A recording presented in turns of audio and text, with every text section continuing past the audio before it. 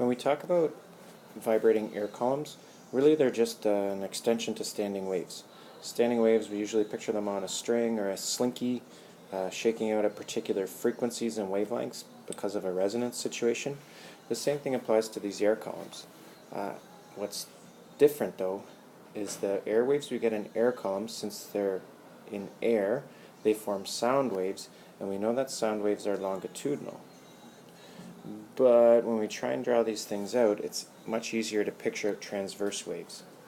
And we're going to have two simple rules when we picture air columns.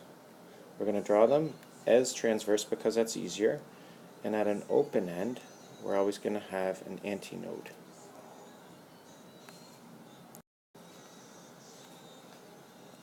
Sorry, a little bit behind here. Open end, antinode.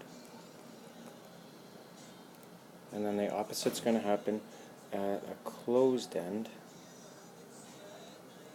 We're going to have a node. And if we model it that way, even though sound is longitudinal, if we model it that way, we can draw the standing wave, and from the standing wave we can figure out whatever we're asked for.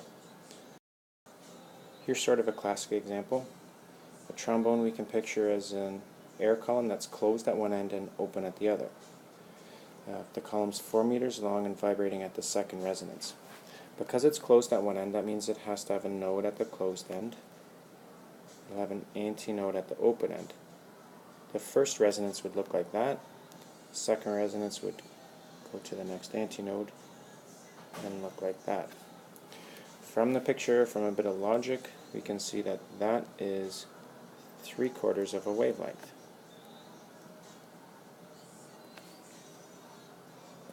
In the question it says the column is 4 meters long,